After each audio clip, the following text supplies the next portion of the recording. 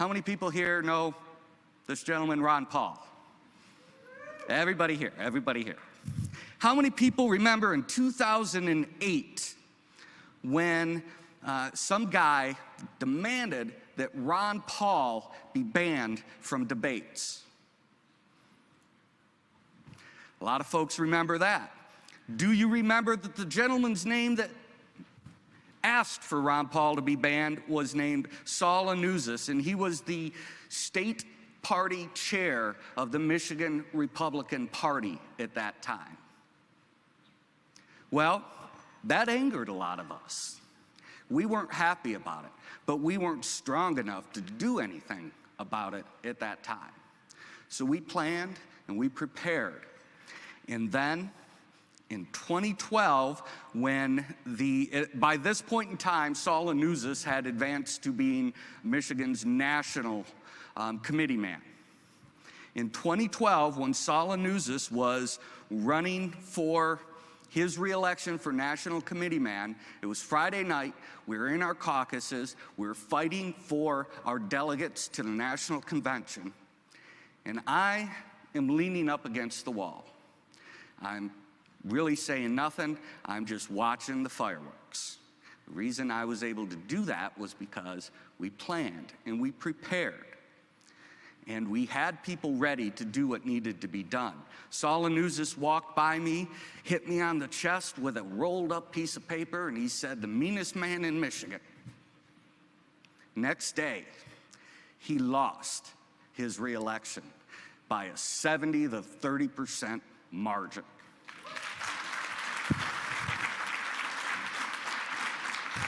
We didn't just show up and scream and sign wave and all of that kind of stuff. We acted like leaders. We knew that every 2 years this election comes up. We knew that we had to put together the coalition to make this happen. We knew that we had to plan, prepare, and act. Hey, what's going on, everybody? The meanest man in Michigan, ladies and gentlemen. Tony DeMott, we're doing a stream for him tonight. That's it. And we've got some great folks with us tonight. And everyone in the chat, welcome, welcome. If you knew Tony, feel free to say hello. Awesome.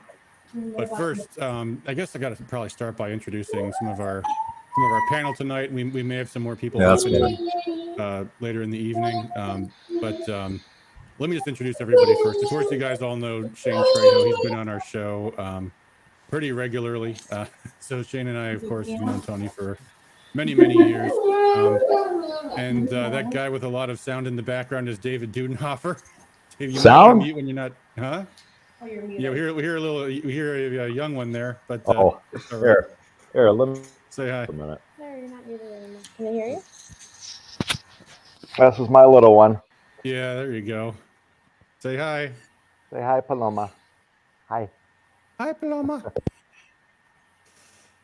Anyway, so for anyone who doesn't know David Dudenhofer here in the bottom right, the dude, he and I knew Tony going back probably all the way since, it must have been 2007. I remember from the get-go with you and me and Tony, and there's a fellow named Paul Garfield in the mix back in those days. But you've had an illustrious career since then, man. You ran for Congress a few years ago, was a Republican nominee. You've been a district chair, so you've been everywhere.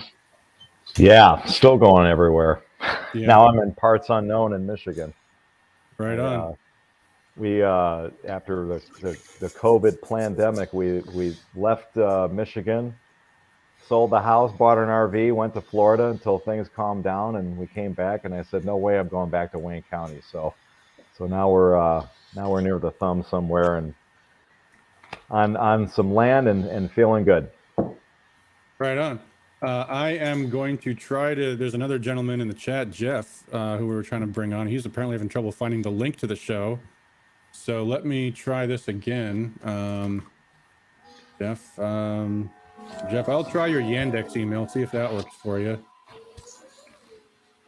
We want to have as many people on as possible. I know Tony's friend Eric is going to join us, so hopefully we'll see him again in a moment.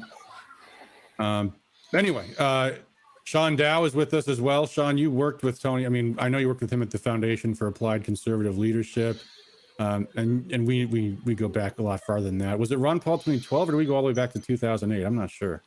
2008. It was. I found out about Ron Paul in 2007. He came out to Arizona and told us he was going to be running for president, and I jumped on board then. And that's when I ran into Tony and you and the dude, and Yeah, it was a lot of fun. Well, we'll have to talk about Arizona at some point tonight and all the crazy stuff going on there right now. And then Dave Franklin, you're another one of our day oneers going back to 2007, from like the very, very beginning with the Ron Paul campaign. So we've both known Tony for 15 years plus, and same with you, Dennis, up there in Oakland County. Dennis Marburger, frequent viewer of the show and someone that I've worked together with quite a long time over the years. I know you were in the Birmingham Bloomfield Republican Club for a long time. And you've been kind of in and out of things for quite some time.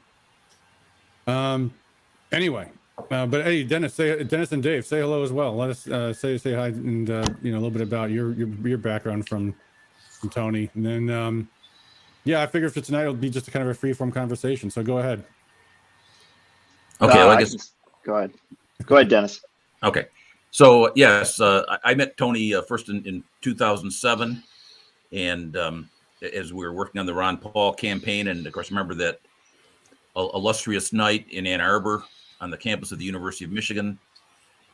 Dr. Paul said in the Fed speech, and I think Dave did part of the introduction, if I remember this correctly, Dave Dudenhofer. Yeah, but, you can see him in some of the videos.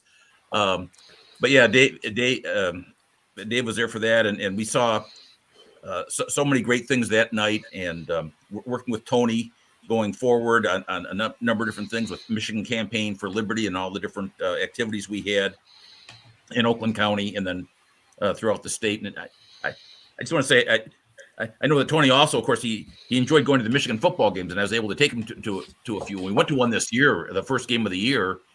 And yeah, absolutely, Dave, right on. It was a very happy time. He didn't, if there was any sort of a health issue that was about to strike, he had no inkling of it. And we had a great afternoon. And that was a good thing to see for Tony because he worked so hard. And, you hear that the commentary that he made where Saul News said he was the meanest man in Michigan. Well, Tony was the meanest man in Michigan to people to whom somebody needed to be mean. Yeah, he was mean to political wrongdoers. Yeah, but, for those who knew Tony, he was the nicest guy you could imagine. But not the politicians, not the TSA agents. Right. So he was the kind of person that was a wonderful fellow to everyone, and particularly if there was somebody at his level or maybe that perceived themselves to be at a lower level, he was always very gracious. So he was not a person that kissed up and kicked down.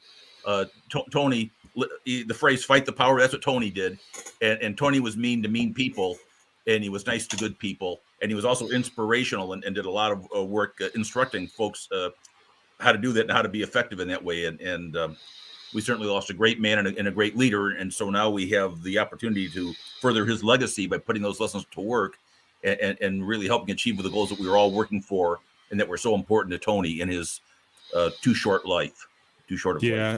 Yeah, we definitely do need to talk about the here and now and kind of where things have come because, and for those who don't know what happened with Tony, he had a very serious heart issue several years ago, 4 years ago.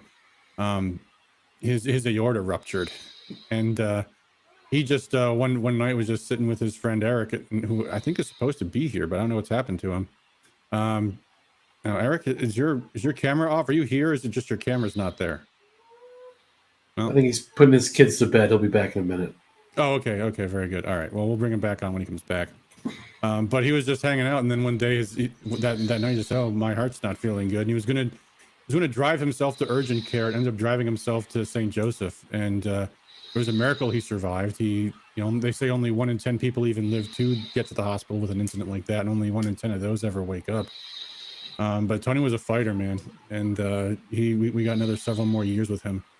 But it was a tough situation, I mean, after that, you got to kind of scale back, and all that. So we haven't seen as much of him politically as we had before then, but back in the day, man, yeah, Tony was, yeah, I mean, the thing that I think is so frustrating to see these new people today is everybody is just absolutely furious about everything, and there's just no curbing their emotions with what's going on. They want to burn everything down, they want to destroy everything, and Tony's just always a happy warrior. He's like, you know what, all it's about is sticking to the politicians and holding them accountable, and everything else I don't have to care about.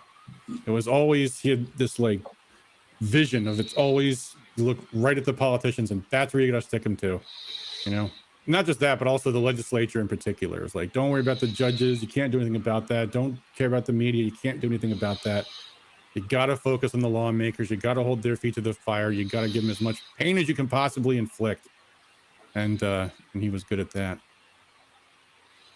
Yeah, several times we'd go visit legislators, and he was Jekyll and Hyde, man. We'd be in the car yakking it up about some concert or some fun event he wanted to do, and then when he got there, man, you could just see his face just changed. We'd walk into that office, and he was never belligerent. He was never personal. He would just shame them. He just had a way to just shame them into, what are you doing? Like, this is wrong, and we're gonna not forget this. We're gonna stay on you.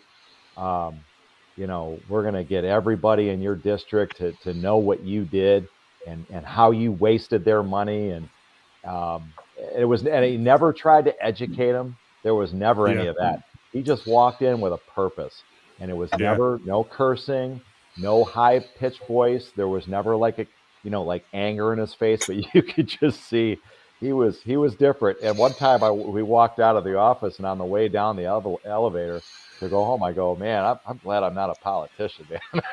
Yeah. You just go, you can give me your vote or your seat, I don't care which. Yeah. he was very a matter of fact about it. This is how it's going to be. You know, whether you like it or not, this is what we're doing. You know. Yeah. How's it going, Jeff? This is Jeff Phillips. He's another old buddy of ours from, I think we must have met in 2011, 2012 in the second Ron Paul campaign. Is that right, Jeff, or do I have my history? Yeah, wrong? you're right. It was 2011. So yeah, I think the thing that really stands out for me with Tony, and I'll never forget the time that he open carried at the Lansing Center and ended up with the Republican establishment versus the venue, and then the argument about the venue being owned by the city. It made everybody not know who the target was, but they were all angry at each other, and it was funny because I just loved it. It really cracked me up when he pulled that one.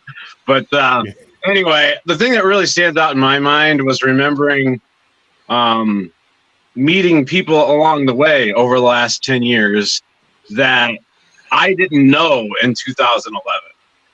And they all had been touched by Tony, even if they didn't stick with the Liberty movement, or maybe they were only brazened by it. And they ended up in all these different places in the grassroots to some degree, but they're in many different organizations. And he's still touching to so many different people who might not be necessarily the ones that were the diehards that stuck with us. They still were touched by Tony, and it really hit me when I started to realize that in retrospect, you know, because like I didn't like when I asked Shane Hernandez, you remember Tony DeMott, when I told him about that what had happened, and he was shocked, and it dawned on me I did not know Shane Hernandez until after Tony had already touched both of our lives. So I never really made the connection at the time that I first was getting to know you, all the C4L guys and whatnot. But I could give a few other examples of that, but I don't really want to go through a list of names. But I just, talking to people and reminiscing, it really hit me how broad of a reach he has, not just within the C4L group, but there are many other people who just kind of heard the message and then kind of went their own way, and they still were touched by Tony nevertheless. Yeah, I think it's important to try to help people understand some of the heritage of the ideas and philosophy and tactics that we have, and you know, the whole idea of confrontation, mobilization. I mean, Tony didn't invent it, but it was not the prevailing attitude that conservative activists had a long time ago. It was something that Tony went around teaching everybody, and not even just in Michigan, but then when he got involved in the Foundation for Applied Conservative Leadership, he was doing all over the country. And I recently became the executive director of my county GOP, and I went in thinking, man, it's amazing. We have no history. We don't remember who was running the county GOP 10 years ago, 20 years ago. It's like, it's a complete mystery. And then actually moving from one office to the other, I actually did find a whole bunch of old documents. I found there was a wacko back in the 80s that sued our county GOP. I was like, oh yeah, they were around back then too.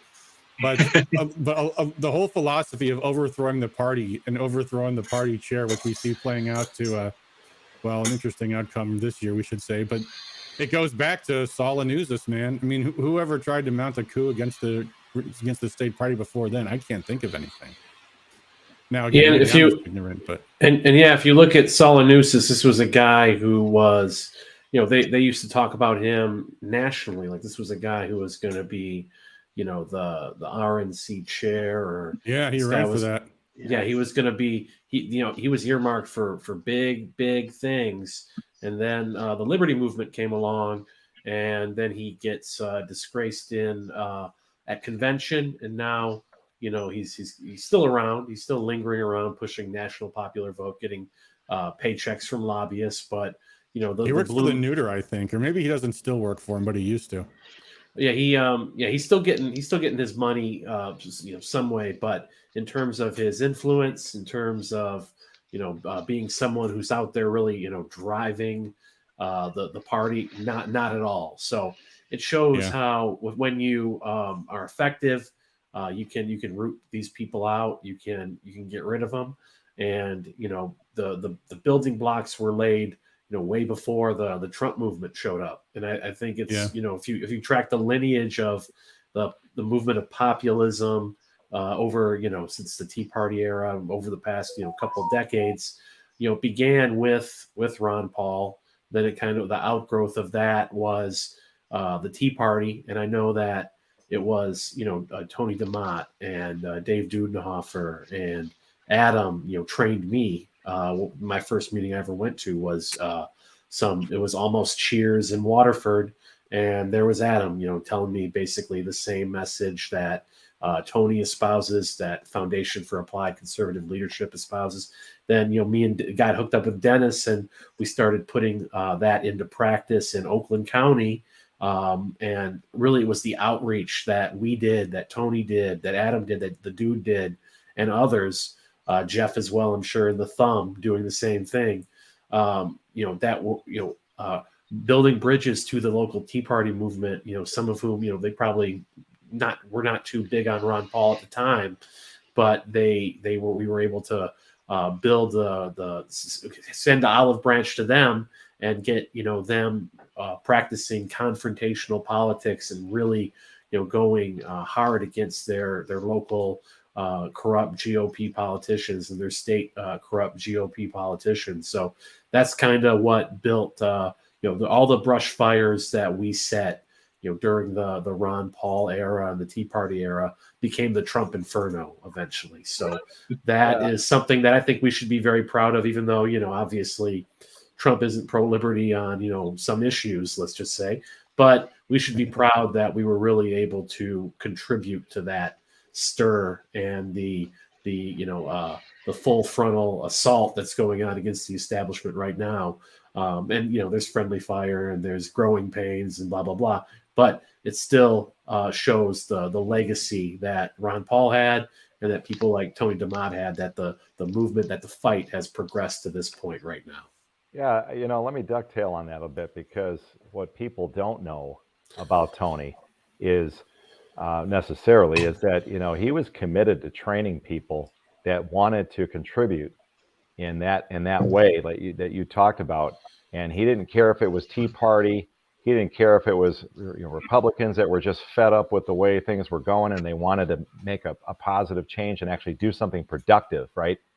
Or our own sort of libertarian side of things, the Ron Paul folks. We would get up on Saturdays. I would work a Friday night shift at the casino. I'd get out at 4 a.m. I'd sleep 4 or 5 hours. We'd get up early in the morning and we would drive to wherever he had set up a meeting, or I had set up one, or somebody had requested one. And we would go through the most ungodly weather sometimes and get to back of a coffee shop, somebody's basement, 5, 10, 15 people. And we would spend a couple hours, whatever it was, and answer every question we could and get these people fired up about picking a fight. That's how I always said it. We want to train you, and we want you to pick a fight. Pick a fight with your local government, your township board, your school board, whatever it is, but make it local. So an issue you can handle. And then we would go through the process. And we did this for so many weekends. And when I think of the amount of time that we spent doing this over several years, how many Saturday nights him and I would be burning the midnight oil, either at his place, my place, writing copy for some issue for God knows what that had to get out on Mondays so we could rally the troops and combat whatever issue we were combating. And I think I gave a talk at a Christmas party, and one of the things I'd focused on was time, and how much time that we give to this, and how much time we really have on this earth. And for so long, from that moment you talked about, Shane, about start with Ron Paul, and then how we carry that over into Campaign for Liberty, how much time we've dedicated to this, and how much sacrifice we've made. And Tony made a lot of sacrifice. There were so many times he told me, I love what I'm doing, we're having a great time, but I think he recognized the sacrifice of personal stuff. And so the one thing I wanted to get across was his commitment, but also as a lesson to us. Yes, give it your all, do everything you can do, but you also have to make time for yourself, because if you don't, you burn yourself out, and you lose. I think you lose that edge of being a really good activist if you don't have that balance. And I think that was the one thing that he and I would talk about a lot, is maintaining that balance, because oftentimes you get locked up in a defensive battle, and you got to get into another one, and the next thing you know, you're involved in a lot of different things, and it can consume you as an activist. And I've seen so many activists get burnt out, and that was something that he and I talked about a lot. But inside of all that, we had a great time training folks. And he really loved that. He really loved talking to people that wanted to get involved the right way and get them off on the right start and show them exactly what they needed to do to be effective. No sign waving, like that video said, like you talked about in the video. None of that stuff. No sign waves. Yeah, no sign waves. He hated that. The only time he and I actually did something like that was Right to Work. And we went to the Capitol and we put on the show. And I think he and I both kind of regretted it in a way, because I can tell you he carried, and for a moment I thought he was going to have to use it, because we were attacked by some goons that were brought in. We walked right past Steven Crowder as he got sucker punched by one of these clowns.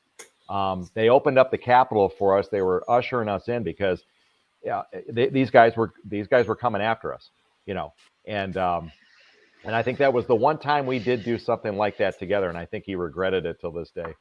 Yeah. Yeah. Well, every rule has to have exceptions. Hey, by the way, Eric, I don't know if you're trying to come on or you're just having technical issues, because I've seen him kind of coming and going. But I don't know, Eric. Since I can't see or hear you, just if you need to be brought on, if for some reason your video's not working or something, I guess just text me. I'll try to keep an eye on my phone. But I do want to have Eric on if he can make it. So we'll see. Anyway, yeah, but going back, because I do want to tell this story. We talked about Solanuzas for a minute, and I think this is a time to kind of reminisce and go and tell some stories in history. So for those, especially those in the chat that may not know this story, when we first got involved, it was the Ron Paul 2008 campaign, and all of us, I think, just about were like brand new to politics. And there was this flashpoint early on. There was a debate where Ron was making the point that, I'm sorry, we always call him Dr. Paul, but in the office sometimes we call him Ron. But he was making the point that there is a thing called blowback with foreign policy, and and that a lot of the reason why we were attacked on September 11th was because we've been meddling in the Middle East for so long, and Rudy Giuliani, who was his debate opponent, intentionally misinterpreted that to be, you think we deserve to get attacked, and da-da-da-da-da. And so Salanuzis, who I don't know whose campaign he was working for, probably Romney's, but whoever's campaign he was our state chairman, and he immediately went on television and went out to tell the whole world Ron Paul needs to be banned from future debates because, and of course he kept repeating the lie, and that was what they were trying to tarnish him with at the time, same as the media tries to tarnish anybody else. And so we threw a hell of a fit, and then at one point the chairman of the Republican National Committee, Mike Duncan, came to Michigan to do an event, and we just swarmed him with Ron Paul supporters. We had a video. I've been looking everywhere for that video. I think it's lost to the ages, but we made this video. We used Jethro Tull's The Teacher for the soundtrack, where there's a woman, her name was Clara, I think. She was from the Eagle Forum, and Philip says he's sorry he's not interested. Okay, goodbye. You're blocked.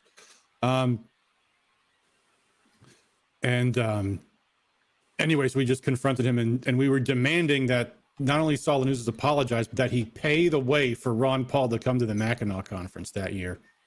And the result was this was played out in like future debates and everything else, but Salanuzis was still our state chair, so we had to deal with this problem.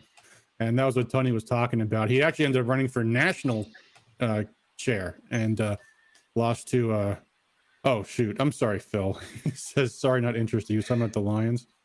Okay. Can I unblock him? Shoot. Well, sorry, Phil. I don't know what that was in relation to.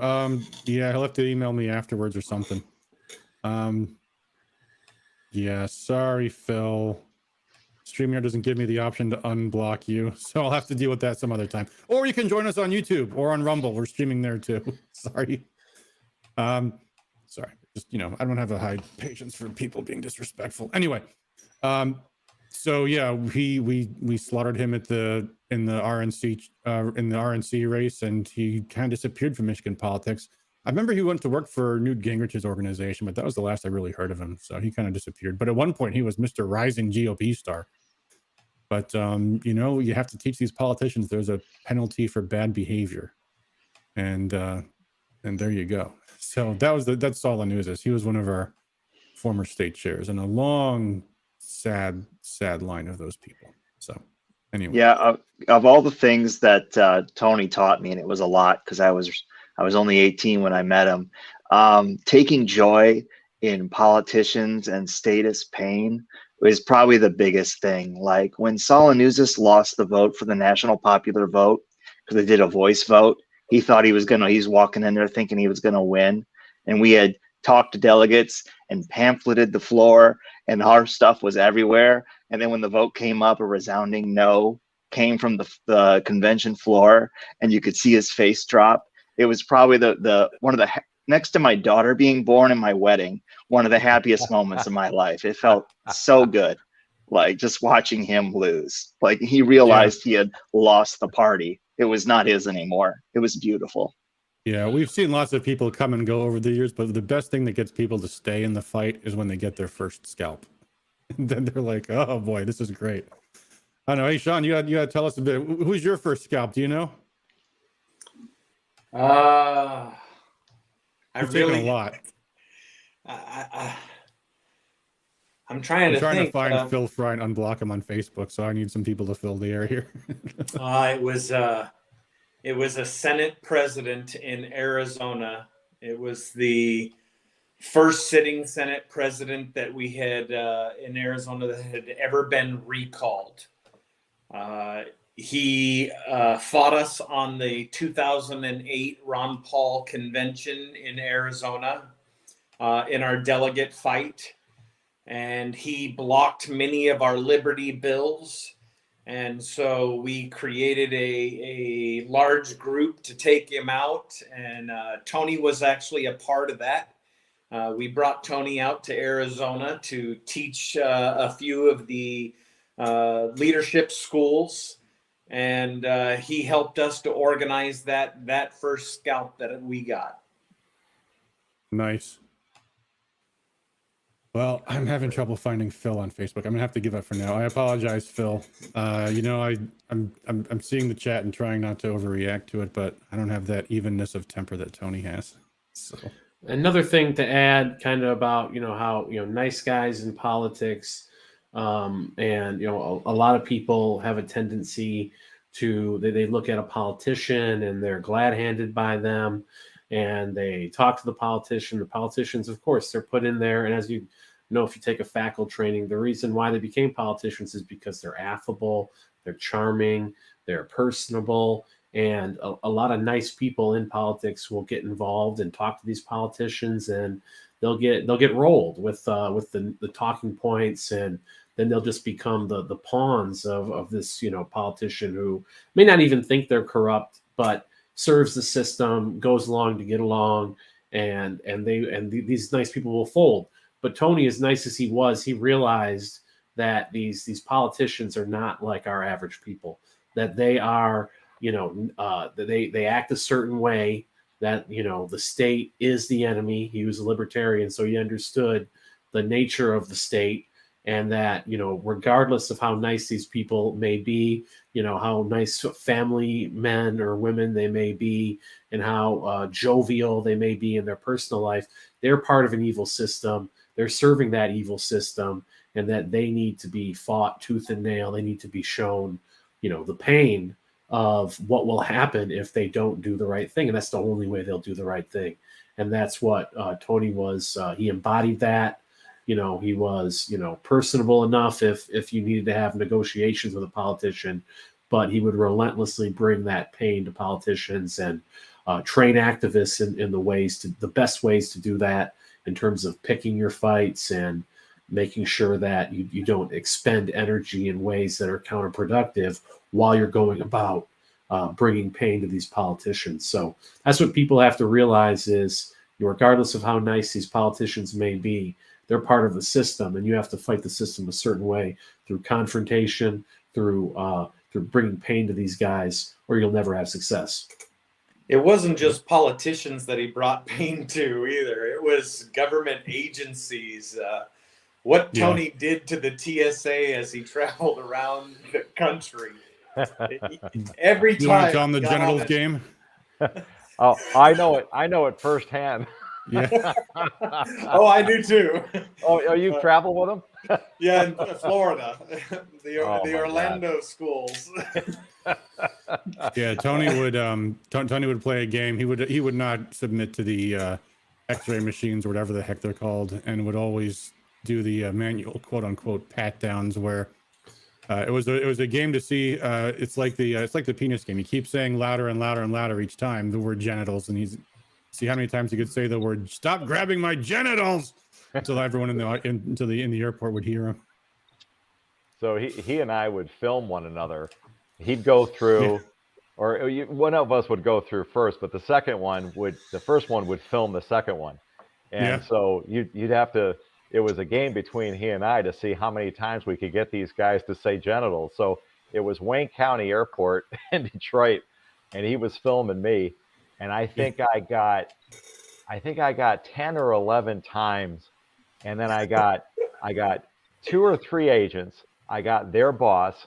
I got 3 Wayne County sheriffs, and the dude that runs the airport security all gathered because they wanted to know what the hell was going on. And they kept me there, and they asked me all these questions. And then they started asking me, well, why don't you go through the machine? It's perfectly safe. Yeah, the government says it's safe, I'm sure. Right. Yeah, you can trust them. No, I remember we were at a local GOP meeting, and some elected came by. I forget if it was Rick Olson or Mark Lamette or one of those local elected officials came by to start explaining why he voted for something bad. So he whipped out his video camera, and the county chair at the time, Mark Boonster, who's now an appeals judge, just got furious, and he started shouting at Tony about whipping out his camera and pointing at the politicians like, "Well, he's going to tell me. Why can't he tell the whole world?" And Tony took videos. He got him on record one way or the other. That was another important thing, and Tony taught that to everybody too. It's like don't accept any private promises from a politician. You got to get them on record. Yep. And sometimes they try to hide that from people. They find all kinds of creative ways to avoid putting themselves on the record, but Tony was tenacious about that. You get it one way or the other. I'd also like to welcome Phil H. Fry back to the Rescue Michigan page. And Thank you, Shane. So welcome back, Phil. We are sorry. Yeah, sorry about that, guys. I misunderstood. And Tony didn't mind using stuff against a politician that, maybe Tony didn't orchestrate it, but he kind of stumbled onto it, and he wasn't afraid to use stuff. So I'll give you an example. We were at one of the first hog roasts, and this was out by, oh God, who was doing the hog roast out in Dexter? I remember the one at Jimmy Shields' place. Jimmy Shield. That's who it was. Yeah. Jimmy had what amounted to, if you ever saw the Beverly Hillbillies, yeah, this was Jimmy's property, right?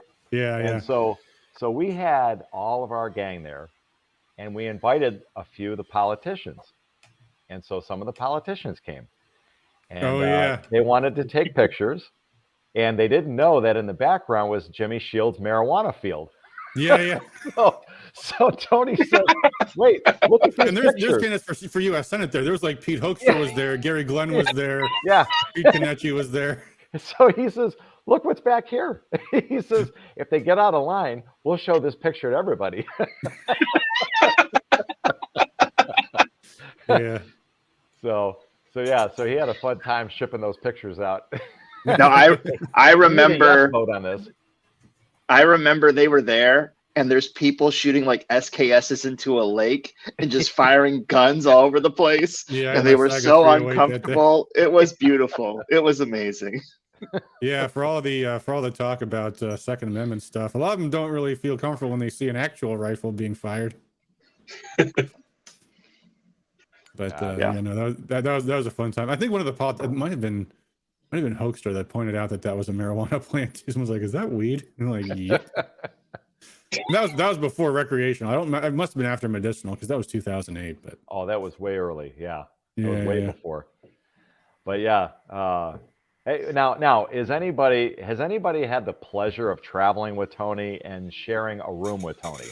Yes, I have. When we went to CPAC in 2011. Oh, I had to use earplugs because Tony snored all night. I didn't say it to him ever. Like I just kept it to myself, but it was bad.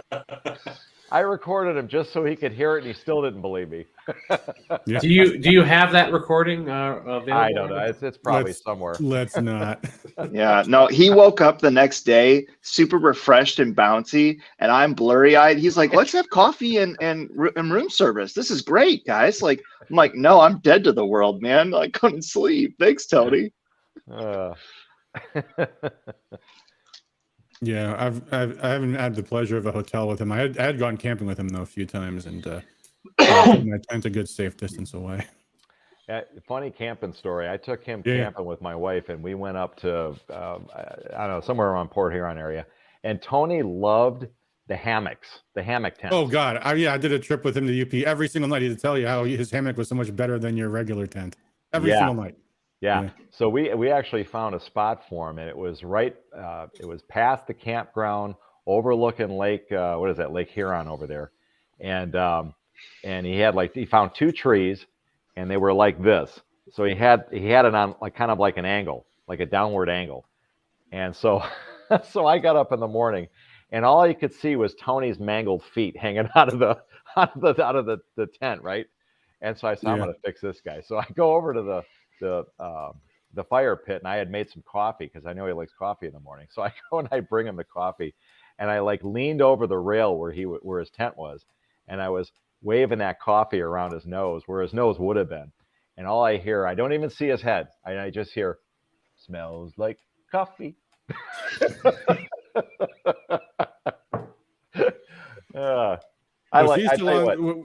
When you're on that trip, was he still on that kick about bears? That you had to hoist everything that smelled like anything?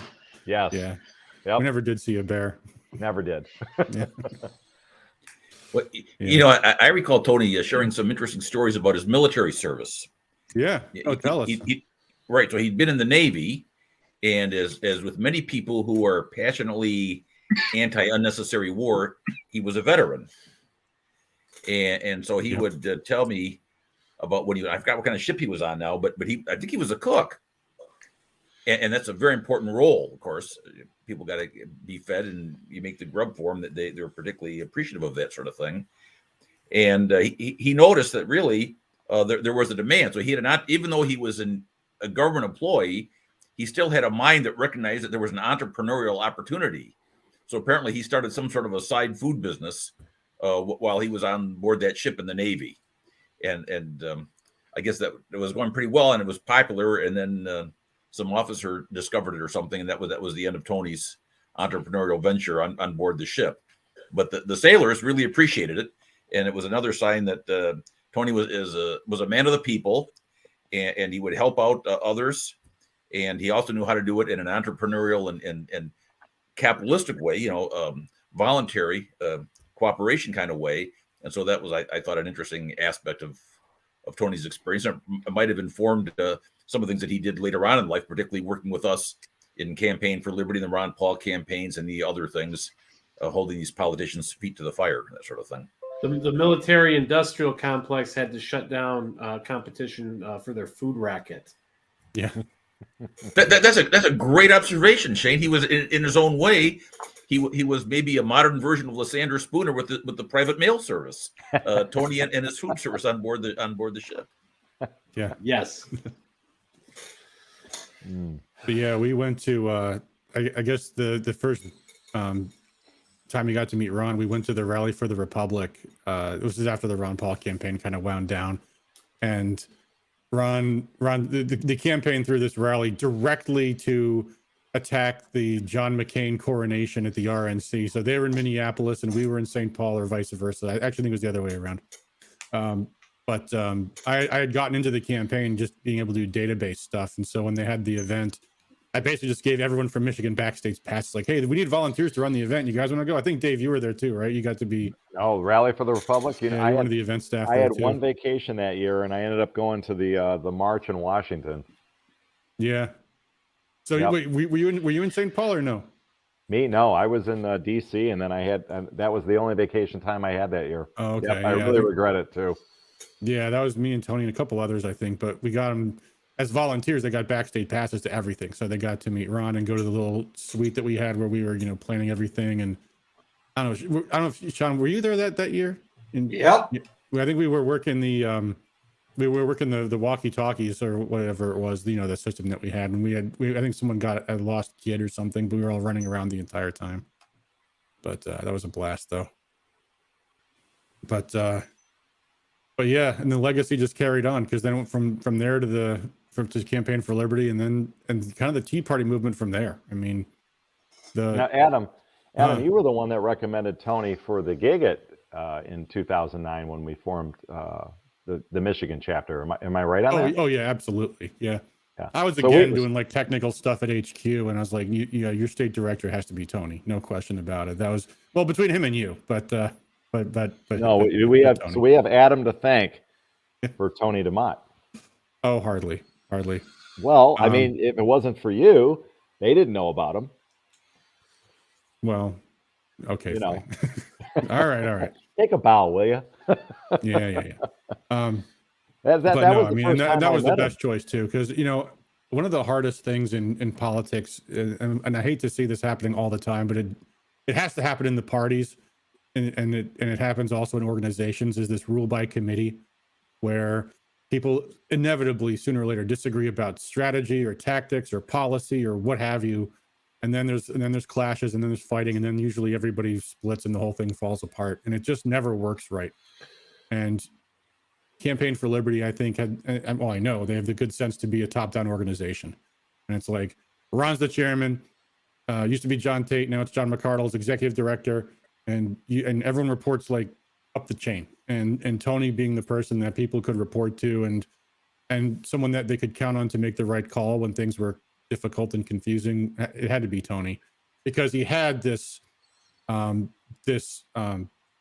I don't want to say rigidity, because that's not the right word, but the commitment to the tactical framework that you have to keep, because there's always events and circumstances that you think, oh, this is different. This is something that's not the way it normally goes, but it always is, And we could see that firsthand in all these different battles that were playing out in different states. I saw this when I was at C4L, sending out the state emails to different states, but it's always the same stuff. So-and-so saying that they can't pass our bill this time because blah, blah, blah. And now they're threatening us. And the next they'll be making deals with us or trying to, and you got to hold strong. And Tony got that, and that's why I think he became an instructor for FACL, was that, he understood how to continue to apply the principles, because the situation doesn't really change as much as we think it does, especially not with politicians. They all think they're so clever, but they're all they're all reading from the same play. And now, if you're in the movement now, and certain variables have changed, but ultimately the same type of program that Sean teaches, that Tony taught, is still incredibly applicable, and particularly knowing when to pick your fights. A lot of people in the grassroots today, they are picking fights that, first off, divide needlessly among the ranks of the hardcore people you need to unite, just adding to the factionalism that the establishment wants to sow among us, so that we're at each other's throats rather than at the throats of the power structure and the bad guys who need to be, in the have the pain doled out to them for us to have any sort of better results within our politics. So that's probably the most important thing that I see from what Tony taught, was knowing how to pick a fight that will grow your organization. Pick a fight that is attainable. It's not like something like getting rid of all the voting machines. That how are you even able to accomplish that? And then when you don't, everyone's going to be demoralized, and they're not going to want to lift a finger because they feel like everything's rigged. You have to look at things practically. You have to look at, will this give us more money? Will this grow our organization? Will this, unite people rather than divide them? Those are things that you have to take into consideration. And a lot of people who mean well, who are new, hit the ground running a million miles per hour. They don't understand, these important tactical considerations that they have to make. And Tony was one who would make sure that new people were trained up and understood these things, so that when they were moving forward, they would have the best chance of success against the establishment. And that's what people, newer people have to tap into if they want to have success, if they want to last as long as, some of us Liberty people have, and not duplicate the failures that we've had. A lot of us have banged our heads against the wall, and a lot of it is blown up in our faces, but we've learned from that. We've tried to improve upon our mistakes, and that's what the new people have to learn from as well. And Tony would do it on a whiteboard. Adam, who ended up getting that whiteboard? And I hope it didn't get thrown out. I didn't claim it. I don't know. Okay. Well, he had this thing, and we would go over there, and we would talk about picking a couple of fights, whatever it was. And he had that whiteboard, and he'd write them all out, and we go through the whole process, and score everything. Yeah, the Red Fox 4. Yep, and he Red took Fox 4. Yep, and he took it that serious, and so he used that. He believed in it, and he used it, and he was effective at it. Yep. I mean, I don't know if you guys know this, but Tony got me and won me the most expensive steak in all of Florida. Yeah. Hey, Sean, before you tell that story, I need to at least tell our audience, because people might not know what the Red Fox 4 is, but essentially it's where you quantitatively look at potential different political fights, and you analyze on a scale of plus to minus 10. Will they bring more money and people into the cause? Will they help our friends? Will they hurt our enemies? And what's the actual policy value? And to actually put a number to those questions, even though there's no scientific way to do that, but you try to do it as scientifically as you can. And it helps you sort out the best opportunities from the less so, and try to get people not to get involved in fights that are not going to pay off no matter what you do, and into fights that will pay off no matter even if you lose. So anyway, Sean, tell them about Deb Hopper says right to work in Michigan. Tony cost Rothfeld a couple $1,000 worth of steaks. It was more than Sean, a couple you have to tell thousand. The story now. And Deb, you're welcome to join us. $12,500 in steak. Yep.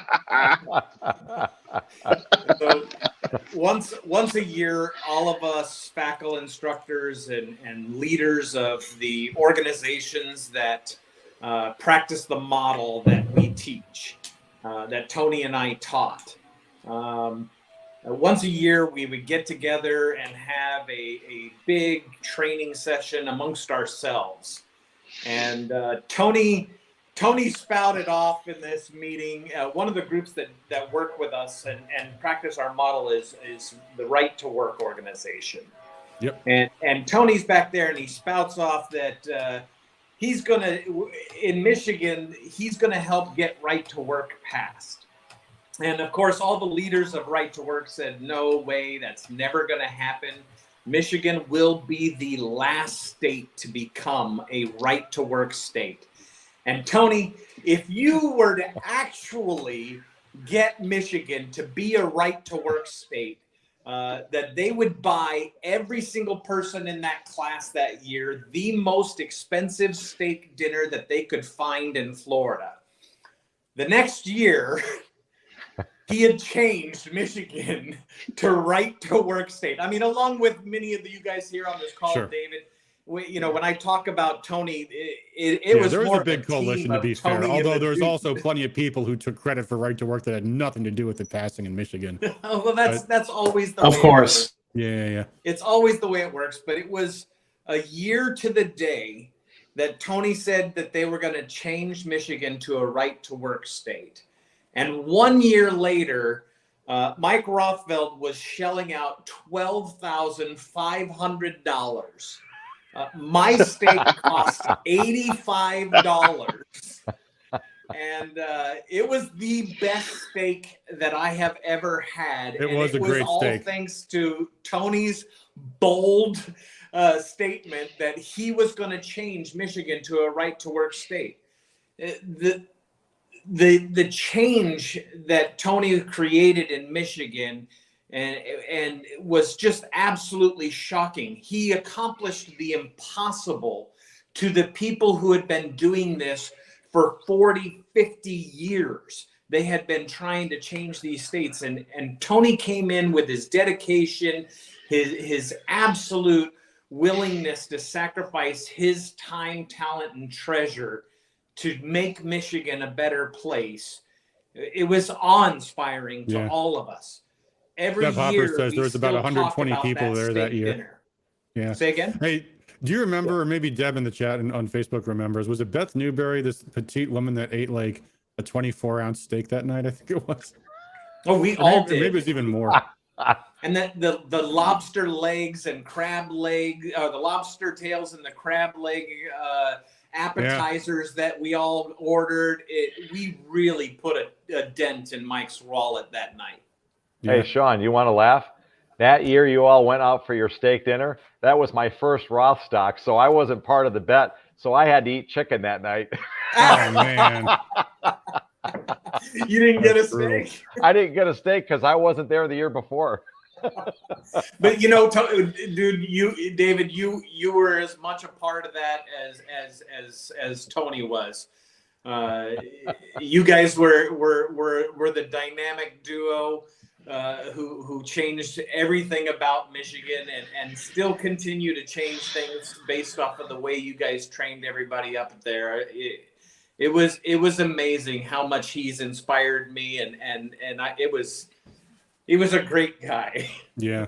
And let me just say for the record, since there are so many people taking credit for Right to Work in Michigan, Tony and me were at that first event when they said, we're going to pass Right to Work in Michigan. It was Tony, it was Pat Colbeck, it was Mike Shirkey, it was Vincent Vernuccio from the Mackinac Center, it was Truckee Randy Bishop, it was Norm Hughes, it was, who am I forgetting, Dave?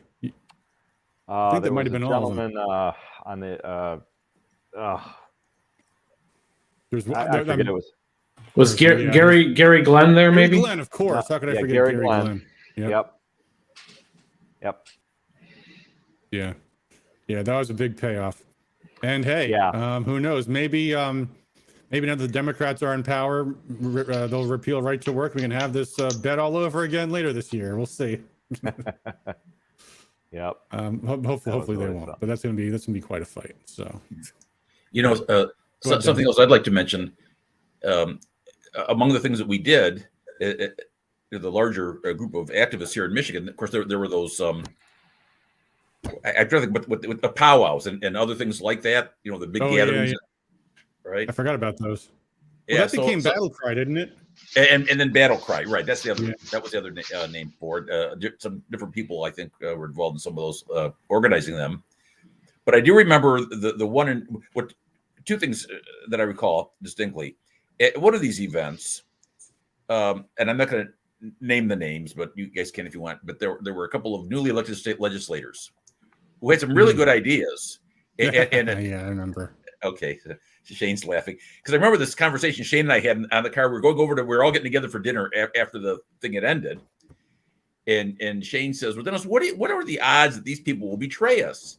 And I said, "I don't know, Shane. I think they know they're at the head of the Pitchfork and Torches Brigade, and they seem to really. I mean, boy, everything we're talking about. I mean, they were right on target there, you know.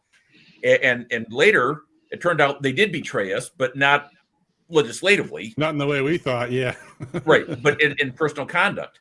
But that's something again about Tony that he never did. Tony never brought shame or ill repute onto the movement through his personal conduct or his personal life. He never did that in his political dealings, and that's really commendable. We need to always remember that and keep that uppermost in our minds as part of the example he set. And then, of course, there was the other gathering too about Cindy and Todd. But go ahead, Dennis. I didn't interrupt. All right, no, but does everybody know about Cindy and Todd? I don't know. I've talked to people that don't, but I guess probably a lot of people heard. I mean, there was a whole episode of 2020 dedicated. It's very sad. It's very sad that that was one of the it was things really a very sad situation that turned out. If he had some regret, that was one of the things, because he and I had worked really close with Cindy and Todd and their ragtag group of smaller Tea Party groups that they kind of that they were sort of presiding over. I think there was one big Tea Party group in Michigan, and then there was a bunch of small ones, and we call them the powwow folks, and all of the rest of them were sort of under Cindy and Todd's umbrella. Well, Tony and I would take the time, as I said, on some Saturdays, and we'd get in the car and we'd go train some of them, and we'd show them, real nature of politics. We'd talk about what they can do to, affect some real change. And we were really looking forward to what could come out of that, because it was sort of the Ron Paul folks and the Tea Party kind of getting together on a parallel way, fighting the kind of fights that we should be fighting in the way that we should be fighting them. And we invested a lot of time into them. And so when that happened, all of that went away. And I think that was one of the things that both he and I was in my first vacation. I was in Mexico. That was my first vacation really since joining the movement. And I get the news that this happened. And honestly, I was really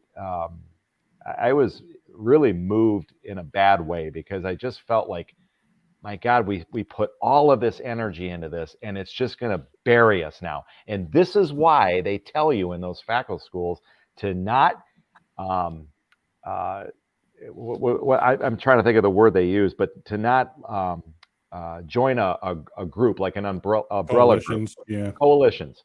Yeah. And that is the reason why, because you take on the baggage of somebody who is going to, as Dennis pointed out, disgrace the movement.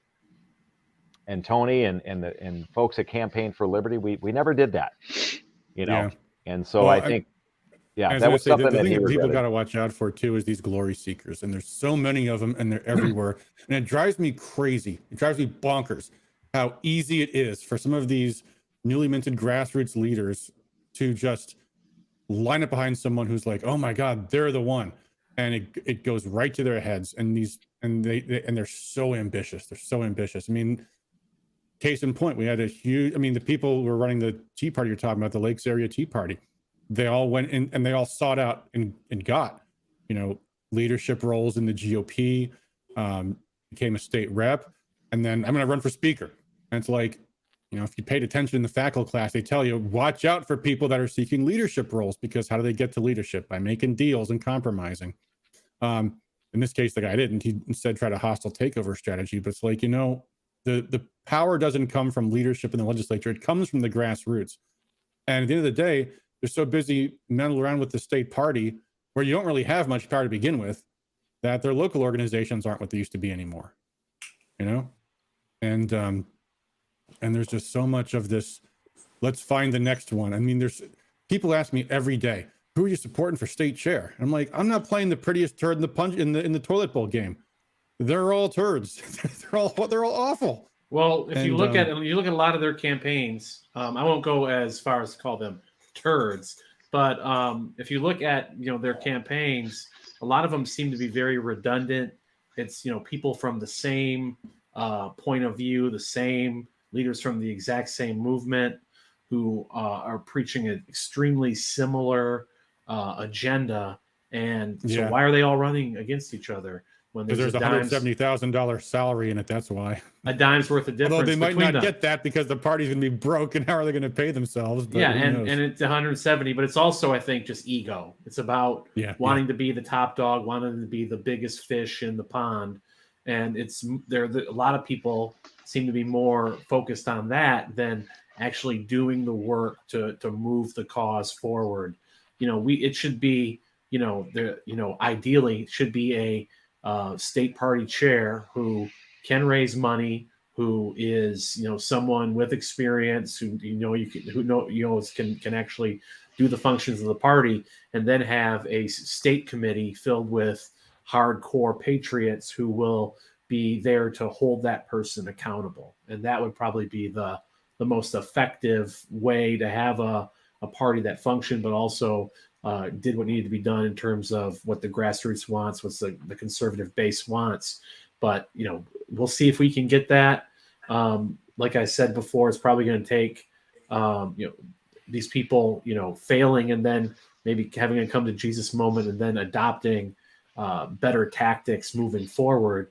But I don't think they're at that point yet where they're going to be at rock bottom and have to tactically change. It's going to take another several more failures before they get to that point, if ever. Yeah, I don't see much hope in this. I mean, there's two things a state chair has to be able to do. One is to raise money. The other is to play fair.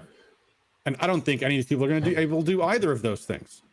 I mean, none of them have any background in raising any money. Most of them are already frozen out if they're even heard of before.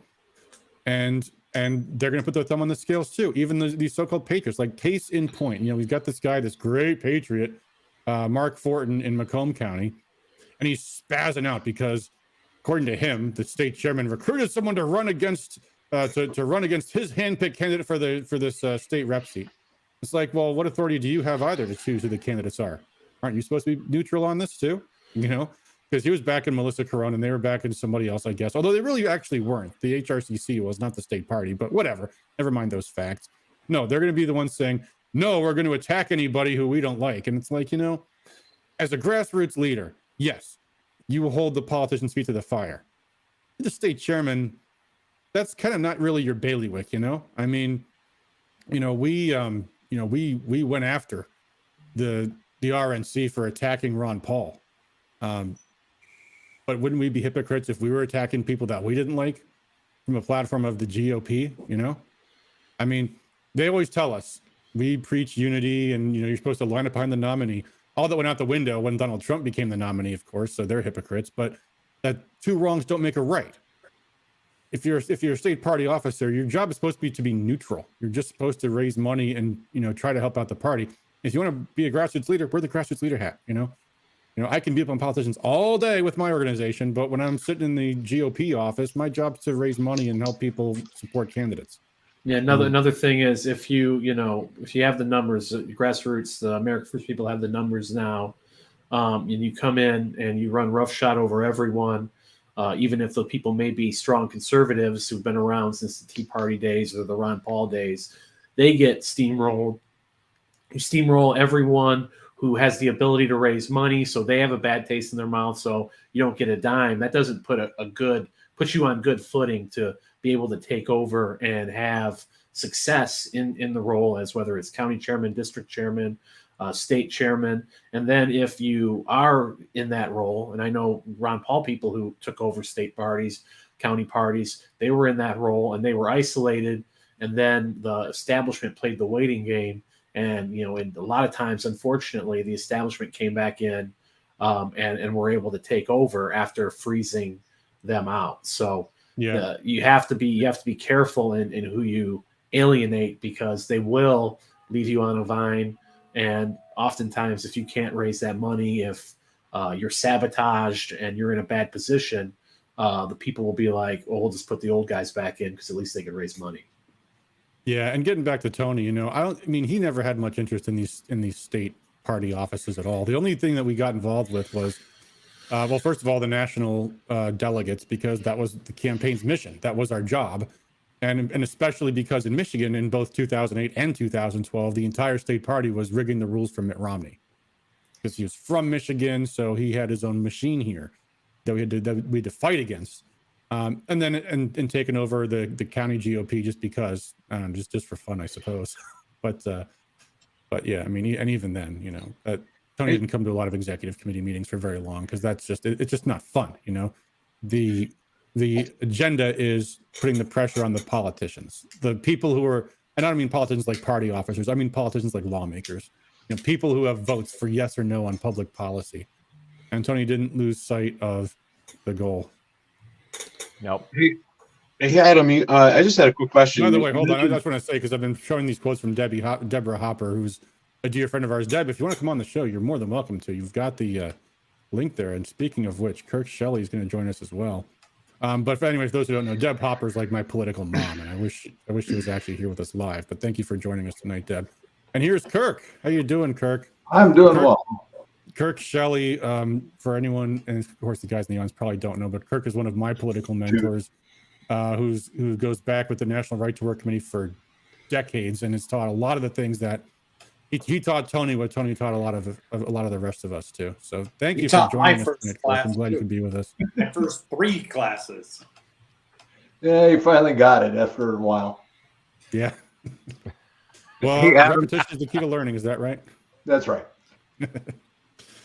Yeah, we were just, Adam, talking about these party battles. Go ahead, Jeff. I'm sorry. You mentioned the rules changes by Romney that we were fighting. Can you remind me, am I correct in remembering one of those rule changes was to get rid of the part where the convention has to ratify the committee rules? Am I remembering that was one of them? That might have been a part of it. I mean, the biggest thing was there was a lot to the binding of delegates was a big deal. The other big deal was they moved the primary extremely early, so that we would not have so that we would have the momentum from what was assumed to be a guaranteed win for Mitt Romney from Michigan, which it actually was, by the way, in the primary. But our fight, first off, in 2008, when we first got involved, we discovered that the people who send the national delegates are these precinct delegates who are elected in 2006. We were all too late. And it turned out the reason why they had created this whole system was because back in 1988, the Pat Robertson campaign were the anti-establishment people who had flooded the convention with their supporters to elect the national delegates pursuing that same strategy. So after which, Kirk, you look like you're shaking your head like you are intimately familiar with this this effort. John Tate and some others were doing that project, and it was. Yeah, I remember the people that were involved in it. Yeah. So anyway, so then to prevent that exact scenario from happening again, they made this rule that you could not fill precinct delegate vacancies until the state delegates were chosen, so that all of us could not possibly become precinct delegates until the national delegates were elected. And it was all too late. So that was when we all immediately, right after the 2008 campaign, became precinct delegates to prepare for the 2012 campaign. I know some people have been around the state and local GOP for decades, and they said we never used to have precinct delegates. We used to have to beg people to become precinct delegates because no one even knew what it was and nobody cared. And that's when the whole precinct delegate races all kicked off. First from us trying to take over the party, and then from the establishment trying to stop us from taking it over. And that's how I took over the 13th congressional district. I had recruited 72 precinct delegates in 1 year and just ran roughshod. I threw out the guy that started the Wayne County Republicans back in the 60s. I threw him out. I threw his daughter out, who was the chair. I threw out, I think it was 23 out of 25 seats.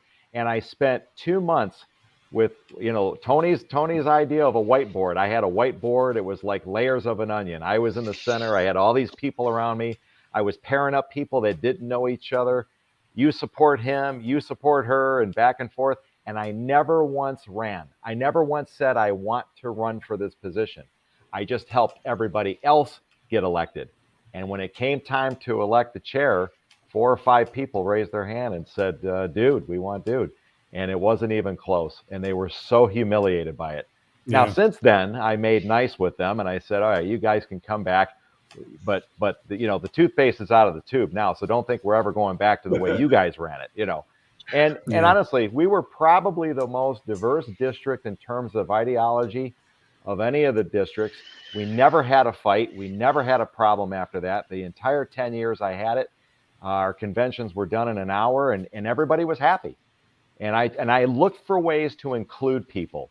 And that was the one thing that state party just can never get their minds wrapped around, is to try and find places for people and keep them engaged and keep them happy. Instead, they want to fight them all the time. And they want to belittle them if they don't agree with exactly the agenda that these folks want to go with. And I tell you what, I've known more people to quit this party than are in it now because of the people in leadership, because of that attitude that you talked about. So, hey, before I go, I got to tell a couple of funny stories about Tony. And it was after his aorta had tore. Oh. Did we just lose Dave? He made like a noise, like he knew he was. Yeah, something happened. He bumped something. Yeah. Well, anyway, while we're waiting for him to come back, just to finish that story up. So in 2012, we had figured out that Ron Paul did a lot better in closed caucuses than open primaries. So I was lobbying the state party to change their rules to go to a closed caucus format, of course. And the Mitt Romney people all said, no, we love the open primary idea. We really want Democrats voting in our elections, which of course is what they got. So. But yeah, they still want the open primaries in this day and age. They don't want to close the system off, because the more the results are dictated by the activist base, you'll get more conservative choices for candidates. So they don't want that to happen at all. Right? No, Adam, at the behest of Tony, I drafted a resolution for the Washtenaw County Republican Executive Committee to support a caucus system, which we controlled, so we passed it. But then we went to the state committee meeting. Of course, I remember this, all of us going there, and they rejected it out of hand. They wanted nothing to do with it, because most of them were Romney people, and they knew that Romney would win a primary. So, but yeah, that was fun. That was fun stuff. Well, I think the Romney machine is pretty much gone in Michigan now. I think Donald Trump killed it, to be honest with you, because there's certain elements of the GOP establishment that will always be never Trumpers, because that's just who they are. But there's also a lot of people who are in the old guard who've like, you know what, John McCain lost, Mitt Romney lost, Donald Trump won. I like winning, and some of them kind of stuck around for that. So, but go ahead, Adam, I'm sorry. I wanted to mention a couple of things. A couple of the members of Tony that come up, and I remember a very early state convention out in Novi, and at this time this is the last time that I think they had the microphones out on the floor, a lot of them, so people could go up there and say something. And we had something we were squawking about it, and it might have been this thing that Dave's talking about. So we went up to the microphones to begin talking, and they had cut the microphones off, and we were quite incensed that our great eloquence was squashed that way, and that was very unfair. Or anyway, we're newbies. But the other thing is, I was going to mention the also about conventions, the great work that Tony was involved in, and Dave and Adam, getting ready for that 2012 Michigan State Convention. And also, I'm going to mention the name of somebody else who did wonderful work. And her early passing was a great loss, and it was the great Christy Londo, and all the great work that Christy did with us all over the state, and particularly in Oakland and Macomb counties, but all over. And I recall the great night we had at the Red Grape Lounge, and Adam was in charge of the Ron Paul campaign in Michigan, and we all got together there. But that was a really wonderful team effort to get some people elected, more than the other side wanted to see, that were Ron Paul people. And then the other thing I was going to mention real quickly was at one of those battle cries, when you fellows arranged with Dr. Ron Paul to have him give a tribute to Tony to the whole proceeding, and that was really a high point and a wonderful experience. Yeah, I'm trying to find. I've got it written down someplace here. Our actual list of national delegates from Ron Paul 2012, because the media just consistently lied about how many national delegates were Ron Paul supporters in Michigan. Some of them were bound for other candidates, and that's one of the things they were able to get away with doing. But we sent, I think, something like over a dozen national delegates who were Ron Paul supporters, including 5 of the 6 from the 1st congressional district. And that was a fun play we made, which is the 1st congressional district is like the UP and like the northern part of the state. And so not a whole lot of people there even want to go to the state convention. So our people just outlasted them at the county conventions. And so 5 of the 6 delegates from that district got to be were Ron Paul delegates. I think they weren't bound for him though, or they were bound for someone else, unfortunately. But that was an exciting night because word spread through that state convention very quickly, and everyone was talking about how the Ron Paul people had taken over the 1st district and stolen the delegates. That was the way they wanted to talk about it. It was beautiful. They stole the delegates by playing by the rules and out organizing the opposition. Yeah. Well, and in Oakland County 9th, we had some success, and a little bit in Macomb County 9th. So the 9th district. Dennis, you went to that national convention, didn't you? You were a delegate. Yes, sir. Yeah. Kirk, were you at that one? You must have been at that national convention. I'm sorry? I'm asking Kirk, was he at the national convention that year, 2012? No, my son ripped up his eye at that particular moment, and he. Geez. Yeah. Yeah, there was all kinds of shenanigans that went on at that convention too, involving the rules and the seating. And I don't know, Dennis, if you have any stories about that, feel free to share. Well, yes, I was just going to mention something really quickly. As we were there, we later heard that a lot of establishment types, the Romney people, were prepared for us to call for either a division of the House or roll call when the person with the gavel at the convention would erroneously claim that the other side had the vote. There was the voice vote for seating delegates, and then on the rules. And on the rules, it really sounded like our side had won. And so some of us, myself included, naively thought, hey, I think we won that. But of course, John Boehner had the gavel. Well, in the opinion of the chair, I guess it's weird to know. The ayes have it. Yeah, the ayes have it. It was wrong. It was clearly wrong. And so we start calling for division of the House and roll call. And then you hear these people chanting USA, USA with big grins on their faces like they were going to drown us out or something. And the irony is, a lot of those people were doing that for Romney. Now they would claim that they don't like Romney. They would claim to be their Trump people. But back then, we tried to tell them, they wouldn't listen. And so it was skullduggery, nationally televised and recorded for posterity. And wasn't didn't they like have a picture of like the ayes have it being on the teleprompter? Yes. Yes. Yeah. Right. Yeah. That's another of the videos. Yeah. Classic. Yeah. The ayes have it was on the teleprompter. Yeah. All right. I did find the list of our national delegates. So for the record, there were 2 delegates, 2 alternates, and then we had 1 each delegate in waiting and alternate in waiting because we were being penalized for having moved the primary up so early to benefit Mitt Romney. But yep. Matt Scheck was a delegate from the 1st. Alan Arkin, delegate from the 1st. Brian Summerfield, delegate in waiting from the 1st. Pete Mackin, alternate from the 1st. Dr. Carol Kolinsky, alternate from the 1st. Brad Schaefer, delegate from the 2nd district. Matt Doak, delegate from the 2nd. Joe Jarecki, delegate in waiting from the 2nd. Tina DuPont, I haven't heard that name in a long time. Alternate in waiting from the 3rd. Janice Grace, delegate from the 4th. Jacob Howard, alternate from the 4th. Daniel and Randall Raymond, alternates from the 5th. John Engel, alternate in waiting from the 5th. Ron Sanderson, alternate in waiting from the 8th. Dennis Marburger, delegate from the 9th Congressional District. Daryl Johnson, I have to get in touch with him. It's been a while. Alternate from the 9th. Jason McClanahan, alternate in waiting from the 9th. Dave Franklin, alternate from the 12th Congressional District. CJ Schumann, rest in peace, alternate in waiting from the 12th district, and none other than the dude, alternate in waiting from the 13th. So that is, by my count, 21 national delegates that Ron Paul got in 2012. Mass media be damned.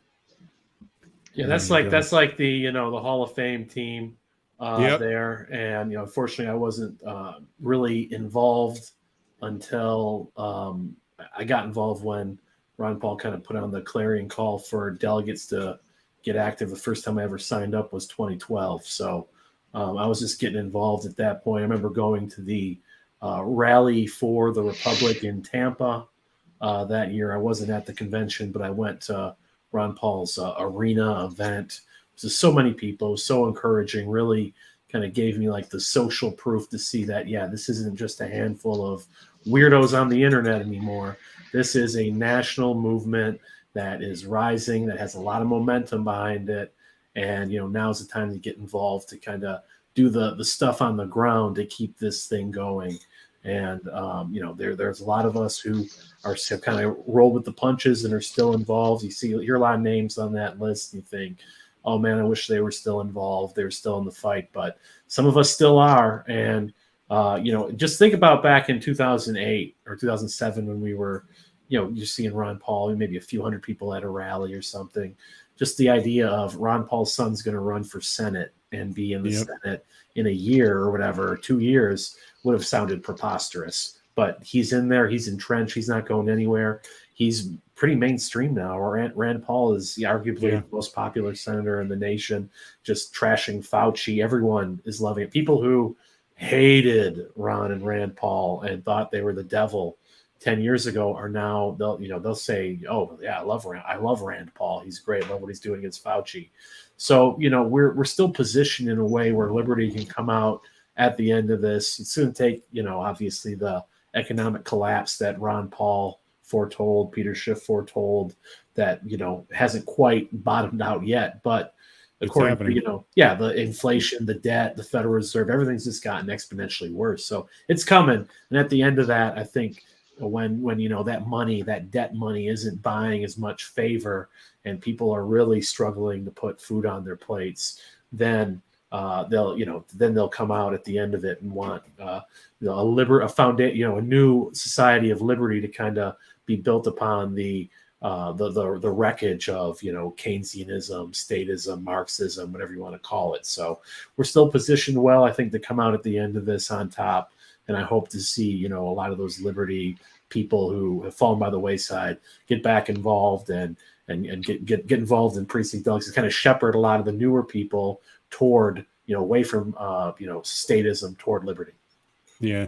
Deb Hopper mentions and reminds us the RNC wouldn't even let Ron Paul on the floor of the convention. That's why we had to do our own thing and rent the arena. By 2012, the establishment couldn't keep Ron off the floor, and it was glorious to be there with him. And of course, remember they insulted Ron Paul at the 2012 convention too, with the fight over the rules. And at the end of the day, what'd they get for it? They got absolutely nothing. And to this day, whenever the grassroots sets off on some bad idea and something I know is not going to work, like, trying to file a lawsuit to make Trump president again. And they're like, oh, this is really going to work this time. Like, you know what? I'm an old Ron Pauler. I'm used to telling people I told you so. Well, you guys got a couple more years before you're going to be the establishment when you think about it. Oh, it's already started. Started. Well, that's what happened in Iowa with all the Pat Robertson people. Our biggest pain, no good deed goes unpunished. They helped get these guys elected in Iowa as delegates and take over the party. And by the time Ron runs, they're, the Pat Robertson people are the establishment. They're the pain in the butt. So you guys are going to be a pain in the butt to somebody in a few more years. So that's something to look forward to. Well, the other thing too is that when we say the grassroots, we're not talking about a completely unified army of citizens that all have the exact same ideas in mind about how we're going to solve our problems in this country. There was, of course, in 2012, lots of other candidates that the grassroots was glomming onto, one after the other, who they all thought was something different than what they really were. And the other thing too, I remember noticing in the Ron Paul campaigns too, was we had a problem with libertarians who were trying to change Ron Paul's own views on things to be their views, in particular on like the abortion issue. Like there's so many people who were libertarians who are not the least bit pro-life the way Ron Paul is. And so they would constantly try to equivocate what Ron's position was and say, well, he thinks it should just be left up to the states. And it's like, no, you dummies. He's 100% pro-life. He's the one that sponsored the Life at Conception Act, which would have taken that authority away from the Supreme Court and all the states and made it so that life is protected everywhere. He's the most pro-life candidate in the race. And by the way, that's the right position to have if you want to win this primary.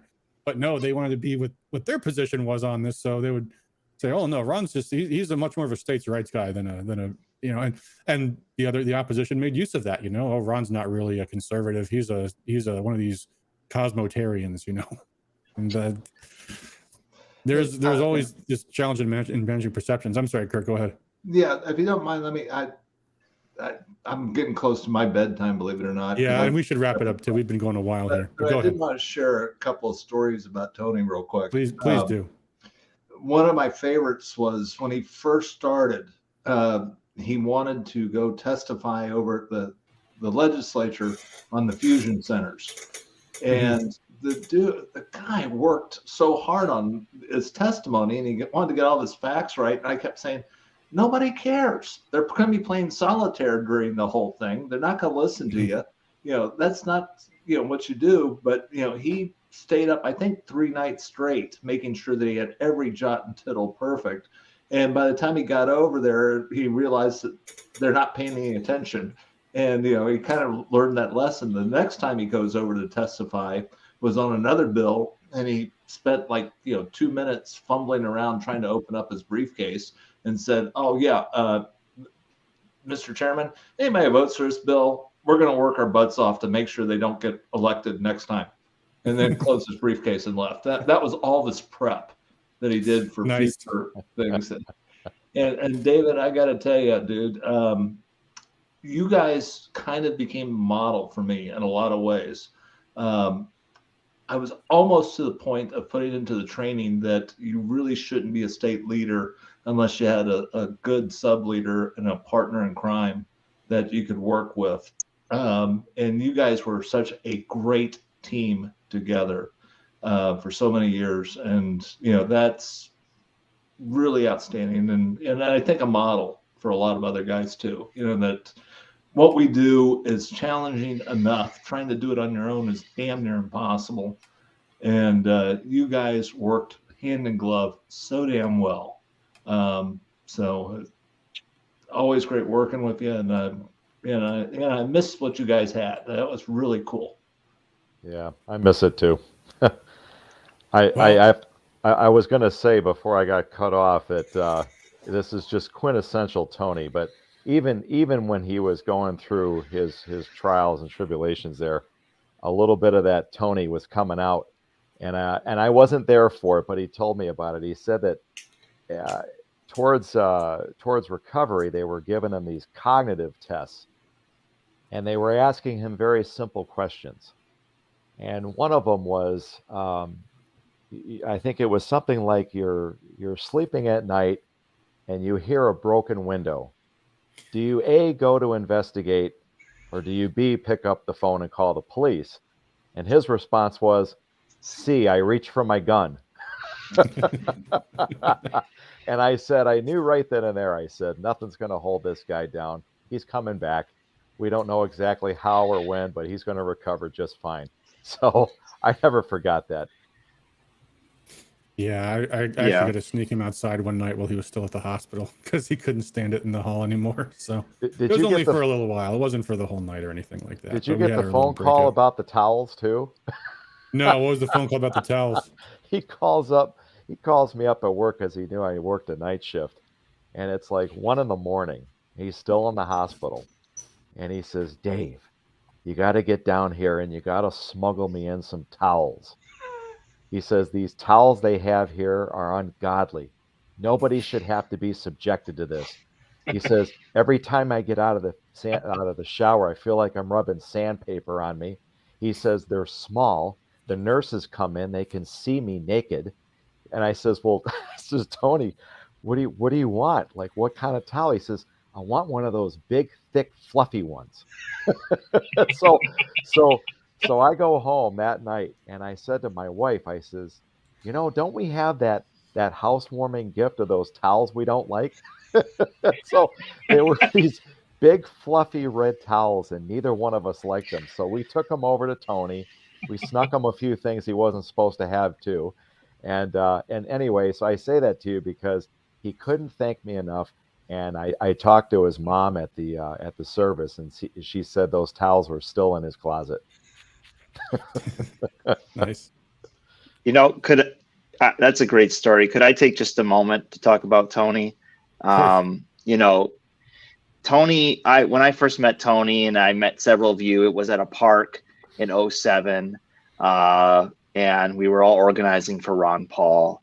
And in less than a year from there, Tony became a mentor to me. And, you know, I get emotional thinking about it because, like, the man taught me a lot. He took me under his wing, and he made me the Washtenaw County Campaign for Liberty coordinator, right? That's you know, in the grand scale of things, that's a nothing. That's a whatever, right? But to me, it was this big thing. And I think he knew I wasn't ready for it. But I think he did that on purpose. He put me in that position to help me grow. And, you know, at that point, I was 19 years old. You know, what do you know when you're 19? But all along the way, for the years that I was working alongside Tony, it was a solid 5-6 years. He exemplified patience and kindness and a desire to teach and a desire to make new leaders. I'm sorry, I'm getting a little emotional, but he was a very, very important part of my development as a young man. He was a mentor. He was a leader. The biggest thing that I learned from him was, outside of all those things I mentioned, was that leaders do not make followers. They make more leaders.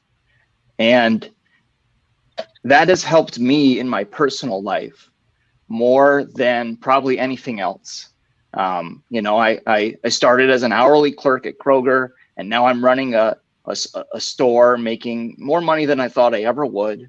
And it's all because of Tony. It's not because of anyone else. Like, the man changed my life. You know, I backed out of politics. I was super involved.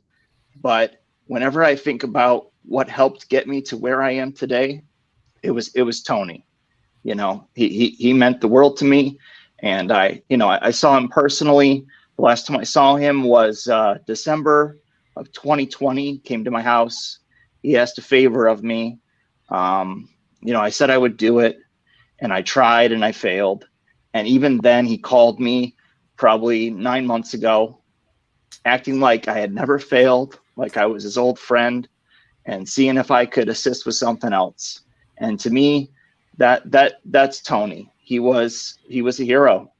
He was a genuine, wonderful human being, and I'm gonna miss him. Yeah, we all will, man. It's a terrible loss. Yeah, I last saw him was at the county convention on December 1st, and he just came in. Seemed like he was in great spirits. He was totally fine. Voted for our slate. That was it. And you just never know, man. You never know when fate's gonna come for you. But and Tony's legacy will live large in Michigan, more than I think too many people even know or don't know. But anyway, on that note, if you guys have more stories, we can keep going. But I think we should probably call it pretty soon. What do you say, Dave?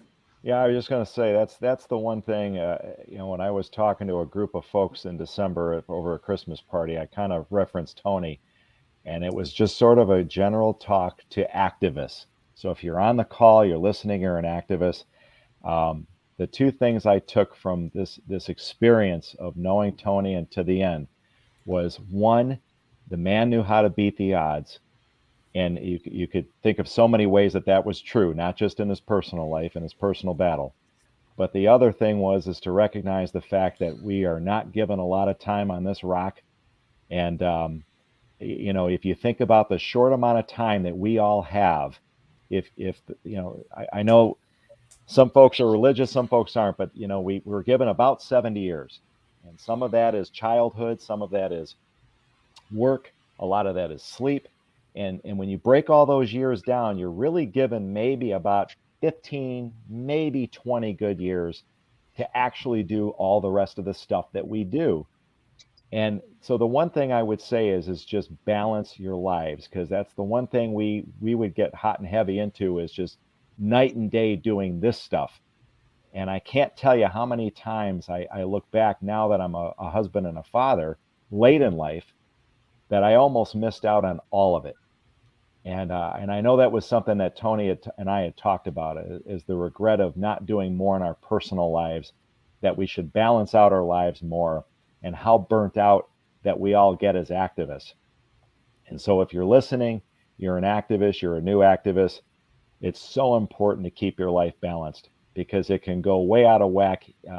And I just don't want to see that happen to anybody. So from Tony, that's the two things I would take, is beating the odds, but making time and balancing out your life, because it's so important, because it's so short. And for others, like Tony, it's shorter than others. So yeah, for sure, man. And Tony and I, we didn't just do politics together. We went camping together. We went to concerts together. It's critical. We've seen so many people flare up like Icarus and disappear in months, if not years, if not months. And always thinking that there's going to be some kind of political rapture in this country. Whenever I hear people saying there's going to be a great spiritual awakening this year, it's like, well, you'll be gone next year for sure then. And they inevitably are. But anyway, sorry, Dennis, you had your hand raised. Well, I was just going to say one thing. I wanted to thank you for organizing this, Adams. I think gave us a wonderful opportunity to share all of Tony's positive traits. We're talking about how he influenced us and all the good that he did and the legacy he left. And I'm just going to mention that I know one piece of legislation right now, as we're thinking of how we can do things that would show our appreciation for Tony and improve the situation for our fellow human beings, is the Defend the Guard legislation was really important to him. I know from talking to him. And so that would be maybe a good thing we could all do as a way to pay respect to Tony going forward, is helping defend the guard legislation and other liberty-minded things like that. But that in particular right now, the Defend the Guard legislation was of great importance to him, and is something that we could perhaps work on here in the state of Michigan.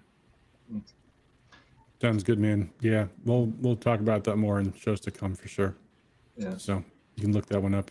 And keep the state a right to work state too. I mean, we're gonna try our best, but man, it's gonna be tough now. It's gonna be tough, but I'll never forget when Tony came down to Orlando for for school and said, "Look, there's this outside chance that we might become a right to work state." And Mike Rothfeld said, "Look, I'll buy a steak dinner for everybody who's here if you guys ever become a right to work state." And yeah, he paid up. He paid up. It was delicious. Yeah, we talked. We told that story for sure. That was one of the most unforgettable times for sure. All right, guys. Well, I think at that we should call it a stream. Thank you guys all for joining us. We will definitely have to have a hog roast in Tony's honor probably later this year, sometime in the summer, I suppose. And of course, you guys are all invited. So thanks everybody for joining us, for sharing the memories. And yeah, and for those of you who are watching either now or in the future, I hope it was inspirational, educational, maybe, for the kind of leader that Tony was for a very, very long period, longer than a whole lot of other people. And it was his attitude as a happy warrior, his levity, and his ability to not get emotionally wrapped up in the here and now that I think made him such an effective leader, and also just such an inspiration for everybody else. That he was always just such a joy. So hey, Deb says she's up for a road trip. Wonderful. Can't wait to see you again. So, all right, everybody, thanks for joining us. We'll be back with our regular program next Sunday, and who knows, maybe we'll even do one this week, because there's been a lot of crazy things happening in the Hill, and there's going to be some crazy things happening in Lansing this week, I'm sure. That'll be worth talking about, so we'll keep you posted on that. And also, for anyone that has not already signed up, we are relaunching our Operation Watchdog to track all of the bills in the Michigan legislature. You can go to rescuemichigan.com, sign up for that. We will have our first weekly meeting on that this Tuesday at 7 p.m. So go to rescuemichigan.com, sign up for Operation Watchdog there, and you will get the email on that tomorrow. So that's all for tonight, guys. We are going to play one more clip to take us out. In the meantime, folks who are with us on the panel, stay and we'll say our proper goodbyes after we go off the air. And as always, guys, thanks again for all you do for liberty. Till then, peace. And people will change like the leaves from summer to fall. But too many winters will make them forget that they ever changed color at all. And history should be a mirror. It's more like a blank chalkboard on the wall. Maybe someday,